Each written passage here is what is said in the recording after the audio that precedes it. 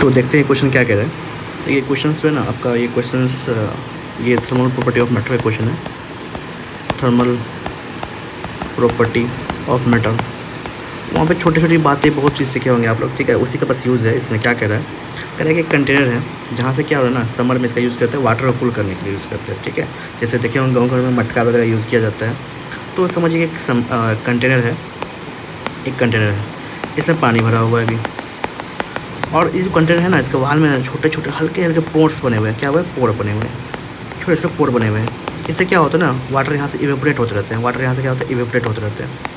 यहाँ से water evaporate होते हैं इस पोर से, ठीक है, इवेपोरेट होते रहते हैं, ठीक है, अच्छी बात है। अब इसके अंदर पानी कितना है? तो ये पानी इसके अंदर 4 kg का पानी है, ठीक है। और क्या कह रहा है, ये पानी जो है इवेपोरेट होता रहता है, ठीक है। तो डाटा दिया है 20 ग्राम पर आवर से क्या हो रहा है, 20 ग्राम पर आवर में ये क्या होता है? इवेपोरेट होते हैं। तो समझ रहे हैं कितने धीरे धीरे होते रहते हैं।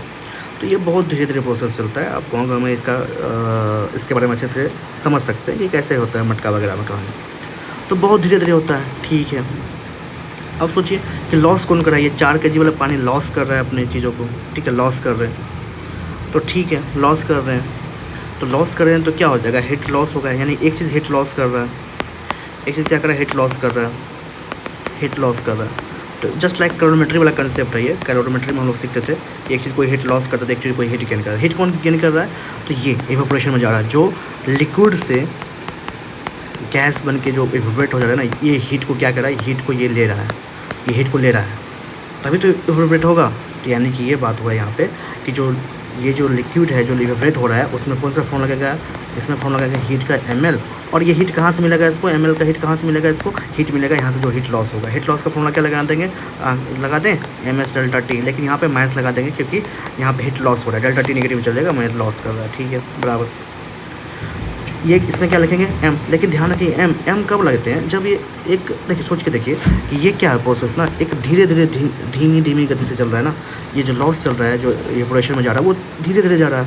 तो हम छोटे से मास लेंगे, DML कर लेंगे, ठीक है, DML कर लेंगे, ऐसे कर लेंगे। तो क्या कर लेंगे? देख लीजिए यहाँ पे सब चीज़ को एक जगह रखते हैं। S/L डेल्टा टी बराबर माइनस में DM/m हो जाएगा, ठीक है, DM/m हो जाएगा। अब इंटीग्रेशन क्या देखिए, खेल देखें तो अब कितना इंटीग्रेशन का खेल देखिए तो क्या होता है? इंटीग्रेशन जब टर्म आता है, आपको पता है डीएम का जब dx वाला या जो भी चीज़ है dz जो भी अगर ऊपर में आता है उसको इंटीग्रेशन बोलते हैं। यहाँ से m इनिशियल और m फाइनल का ऐसे करके देख लेते हैं।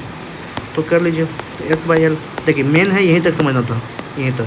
क्यों लिए DM हम? क्योंकि ये प्रोसेस बहुत धीरे धीरे चल रहा है, छोटे धीरे धीरे मास जो ना पानी का जो धीरे धीरे चल रहा होगा, प्रोसेस चल रहा होगा, इसलिए हम DM के फॉर्म में काम किए। M के फॉर्म में तब करते हैं जब एक ही बार में पता चलता कि इतना मास जा रहा है, पता चल जाता है कि हाँ एक ही बार में पता चलता है कि हाँ इतना मास जो ना, इतना मास इवेपोरेट हो गया। लेकिन यहाँ प्रोसेस धीरे धीरे, इसीलिए। तो देख लीजिए क्या हो जाएगा, माइनस में DM/m का इंटीग्रेशन कितना हो जाएगा? ये पता है ln m हो जाता है, ln m हो गया और m इनिशियल और m फाइनल हो गया, ठीक है। अब m इनिशियल कितना था मेरे पास? मास कितना? 4 kg था। तो S/L डेल्टा टी बराबर माइनस में, तो इसको देखें तो क्या लिख सकते हैं? ln m f minus ln m initial, ठीक है, ऐसे तोड़ सकते हैं। जरूरत पड़ने पर माइनस को कन्वर्ट कर ले तो S/L डेल्टा टी कितना हो जाएगा? ln m i minus ln f हो जाएगा। अब चूँकि जानते हैं कि ln a minus ln b कितना होता है? बराबर ln a/b होता है, तो m initial by ln final हो जाएगा, ठीक है, ये S/L डेल्टा टी। अब बात है कि m इनिशियल कितना? m इनिशियल मतलब कितना मास था मेरे पास? कितना मास था यहाँ पर? 4 kg का मास था। तो ln 4 kg, ठीक है, 4 kg लिखेंगे, ऊपर में 4 kg डिवाइडेड बाई फाइनल कितना बचेगा इस कंटेनर के अंदर मास, ठीक है।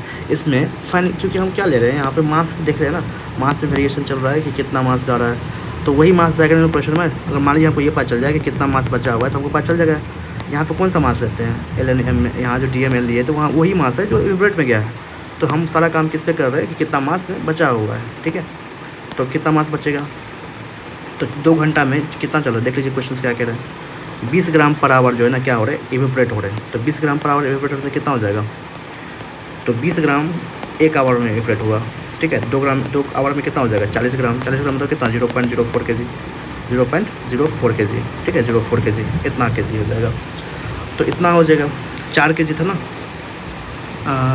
40 ग्राम है, सॉरी 0.04 ग्राम होगा, kg हो जाएगा, इतना kg। तो टोटल मास इतना kg इवेपोरेट हो गया। तो बचा कितना मास?